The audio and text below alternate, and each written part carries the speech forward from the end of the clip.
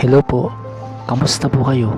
Narito po muli tayo sa panibagong video na mag-a-attract ng mga positibong enerhiya gamit ang musika at tarot cards. Sa video pong ito, ang ating ina-attract ay ang musika, orasyon para hahanap-hanapin kanya araw-gabi habang buhay ang talab. Ngayon po sa video ito, yan po yung subliminal na ating i-attract. At sa bawat pag-attract po na ginagawa natin, dapat 100% naniniwala. Hindi ka po dapat nagdududa sa magiging epekto o kalalabasan nito. Dahil ang law of attraction po ay mas mabisa kapag naniniwala tayo at hindi nagdududa. Halimbawa po, kagaya sa musika, orasyon na ito, hihiling ka po kapag tumutugtog na ang musika sa unang bahagi ng bidong ito, at habang tumutugtog, sasabihin mo na yung iyong kahilingan tulad ng hahanap-hanapin niya ako kahit na anong mangyari, hahanap-hanapin niya ako. Ganun po, huwag po kayo magsasabi ng salitang sana dahil napaka-negatibo po nun. Negatibo ang ina-attract at hindi mabubuti sa ginagawa nating pang-attract. At ngayon po, habang kayo ay nakikinig, minamanifest na po natin na matutupad, na i-claim ninyo na hahanap-hanapin ka ng person mo, na sa pamamagitan ng musika, orasyon na ito, maa-attract natin na hahanap-hanapin ka ng person mo. At sa huli po ng bahagi o yung hulihan na bahagi ng video ito, meron po tayong tinatawag na tarot readings. Doon po sinasabi ng mga tarot card kung paano natin makakamit, kung paano natin makakamtan na matupad, na magkaroon ng katuparan itong musika, orasyon na hahanap-hanapin ka ng person mo. Doon po pipili tayo ng 3 love tarot card na siyang mag-a-attract, tutulong sa pag-attract, makamit natin ang musika, orasyon na ito.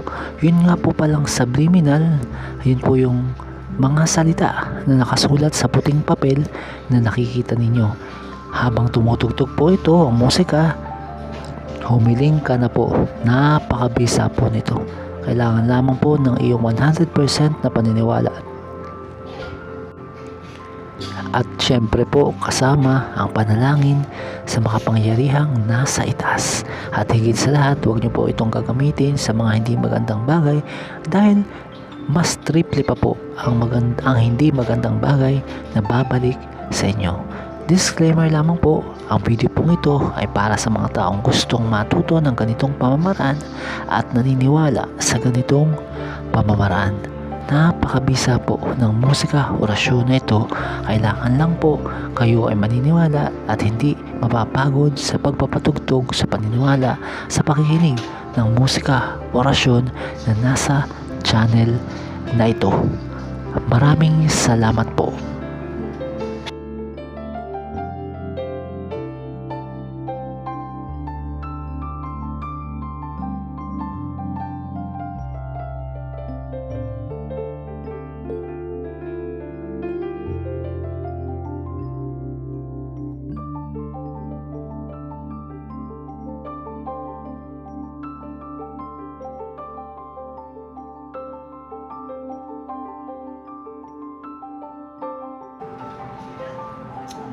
At ngayon po, nandito na po tayo sa part na pipili na ng tatlong love tarot card na magsasabi at higit sa lahat mag-a-attract na ma-achieve natin, makamit natin yung ating subliminal na musika orasyon para hanap-hanapin kanya araw-gabi habang buhay ang talab ng musika pong ito.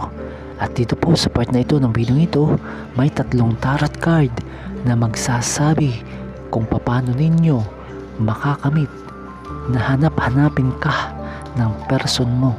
Kumbaga ito po yung step by step bago mo ma-achieve na hanap-hanapin ka ng person mo. Pipili po tayo ng tatlong tarot card. Yan po.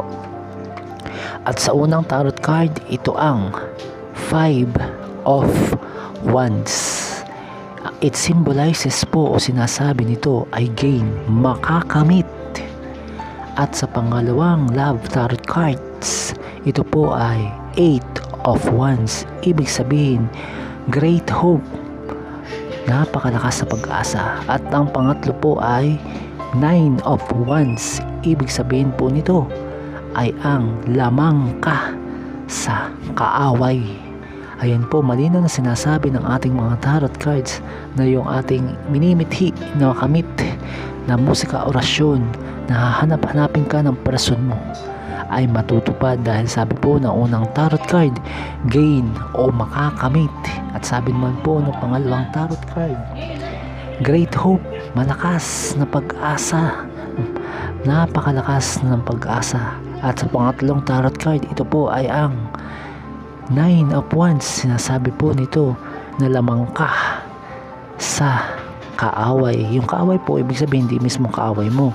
Ibig sabihin kung meron mang taong lumalandi sa person mo, alam na kayo ay in a relationship pero sumasawsaw, mga ganun po ba? O kaya naman po sa mga relatives, maaaring merong sa part ng person mo na medyo hindi ka gusto, nirereto siya sa iba, o kaya naman po sa distansya. Ibig sabihin distansya, malayo sa iyo yung person mo. Ibig sabihin OFW o nakatira sa malayo, hindi kayo nagkikita lagi.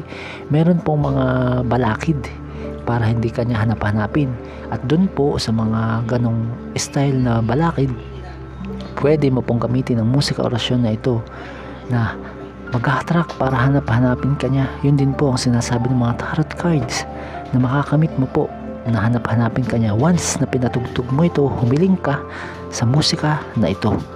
Yun po, sana po ay malinaw sa inyo na nauunawaan ninyo ang aking sinasabi. Maraming salamat po sa inyong walang sawang suporta at God bless.